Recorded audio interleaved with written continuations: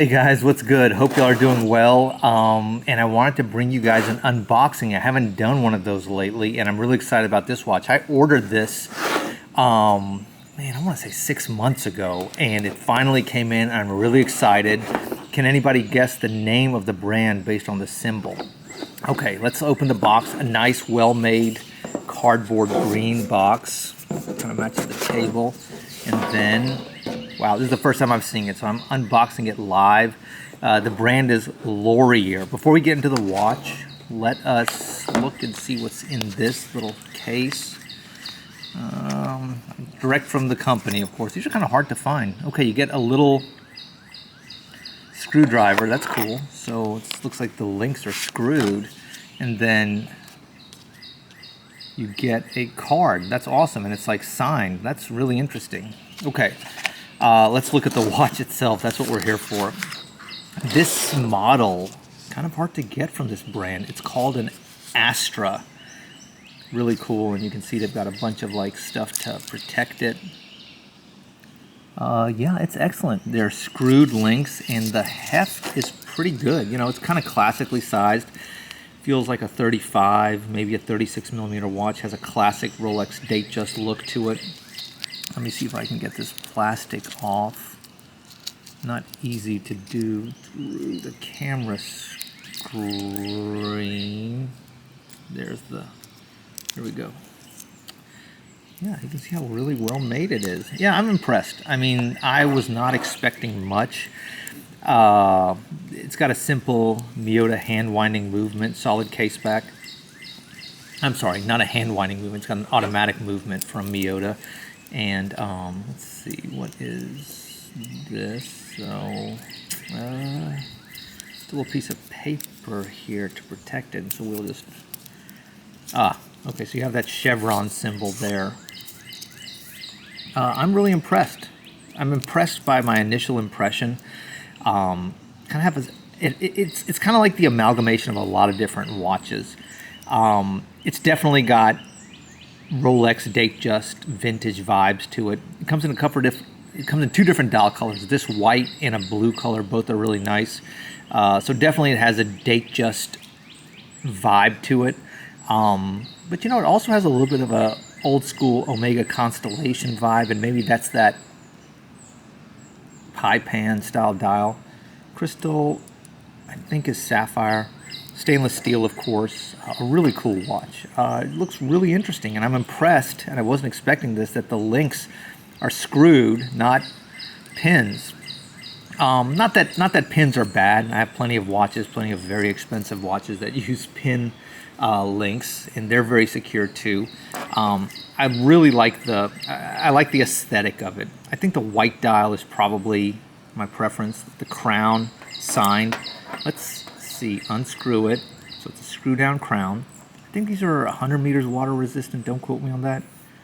It does hand wind. Feels good. Let's see if it has a quick set date. Check that out. It's got a red date. I think this has a roulette date wheel. And it does have a roulette date wheel. Kind of cool. I mean, look, this watch, like I said, is the combination of a variety of vintage inspired watches. Hands move easy. I mean, they move really easy. So these Miyota movements are nothing special, but they are workhorse. They keep pretty good time, and they are quite reliable, and they're inexpensive. This watch from the manufacturer, $500 shipped to me. It took a long time. It came from New York. It took a long time to get the watch because it's been back ordered for a while, and you were able to pre-order it sort of last fall. And Lorier has a bunch of watches, actually. They have like, I don't know, some dive style watches, some like pilot style watches, or like flight timer type watches. But everyday wearer, I think, you know, I really like this Astra. Cool name, cool 60s kind of vibe, good size. Let me size the bracelet and put it on my wrist, and I'll get right back to you. Okay, guys? Give me a second. All right, we're back. Cool. Check it out. I've got the Lorier on the wrist now, and you can see it looks really good, man. It's just easy to wear. The watch, you know, depending upon where you measure it, is like 35, 36, 37 millimeters. So it's got a really nice vintage kind of mid-size feel to it. It's very thin too. You know what I mean? It's very thin. I think part of that is this movement that they're using. Okay, one correction. You know, I looked in the box more. The crystal is not sapphire. It's actually acrylic, because look what you get in the box. A tube of polywatch. So this is useful to polish acrylic crystals. And so, like I said, it's nice of them to give you that in the box. The bracelet was pretty easy to adjust. You know, it's not like a cheap bracelet with screws. You know, sometimes those screws, the metal is so soft that the screws just like, I don't know, they break, or they get really damaged, but that really didn't happen here. The bracelet was easy to adjust.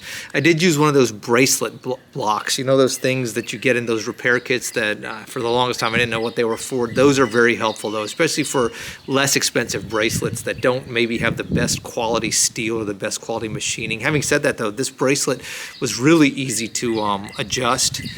So there's several links, and I appreciate that as somebody with a smaller wrist. And so there's several removable links, and they start very high up. It's kind of got like an almost like a Rolex Jubilee feel to it. And there's 3 micro adjust spots in the clasp itself. The clasp is stamped, but the actual working is milled, and it's got just like a twin trigger release, and you can see on the buckle it's got the chevrons for the brand. And you know, the lume is excellent. It's really interestingly applied, and you know, I think the overall vibe I get from the watch is just how wearable it is, how clean it is. It's very comfortable and very stylish. It's not a great timekeeper though, even, you know, over 24 hours. Since I set it yesterday, adjusted the bracelet, and I'm bringing it to you today, you know, the watch has kind of like, it's out of time by several minutes, and that's to be expected with cheap kind of disposable movements. But again, I mean, it's kind of disappointing. I mean, I paid $500 for this watch directly from the retailer, and I think it's worth every single penny of that, just because the style is so good. But it's really a watch you get for the style, for the vibe. You know, it's like in that sense, it's a very fashionable watch, and it's a very kind of like cool watch. But as far as watches go, like a lot of these brands that sort of trade on design and style, it's a lot of that. It's not a lot of substance, to be honest. While the build quality is above average for this price point, the timekeeping is just, I don't know, it's really substandard. Like I said, it's off by several minutes in 24 hours, and you know, that's maybe bad luck on the movement, but I don't know. It's a $500 fashion watch, and so for that reason, I'm not that disappointed about it. To be honest, they could probably make more money if they sold this watch for $400. And put like a high quality Swiss quartz movement in it. I think that would be just as good a watch in terms of the style, minus the bad timekeeping. So anyway, that's kind of a tangent, and it's kind of a small thing. You know, it's weird to downplay how poor a watch's timekeeping is, but I mean, let's be honest. I mean, watches are not so much about timekeeping anymore as they are about style, fashion, and this watch has a lot of style and a lot of fashion. It really gives off a really nice vintage classic vibe. Looking at pictures online, I really like the white dial compared to the blue, and I'm really glad to have gotten it. It's a really nice watch. It's dressy, but it's also sporty. It's highly legible, and it offers you a lot of style, and it offers you a lot of style, and it offers you a lot of build quality, and that's what gives it the value. You know, again, the downfall of this watch, of course, is the throwaway movement inside. It's not a very good timekeeping movement. I hope what it lacks in basic timekeeping competence, it makes up for in just sort of, you know, long-term reliability. The rotor loud, you know, so the rotor noise is very loud, but it doesn't, like I said, at $500, none of those things really bother me.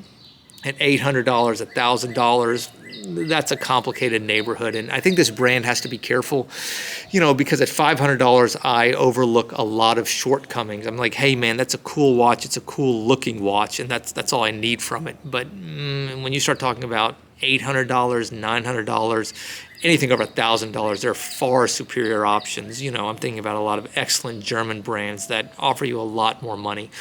So if you have several watches and you're looking for one neat, cool, kind of like fashionable watch, with a vintage vibe, I think this is a good option.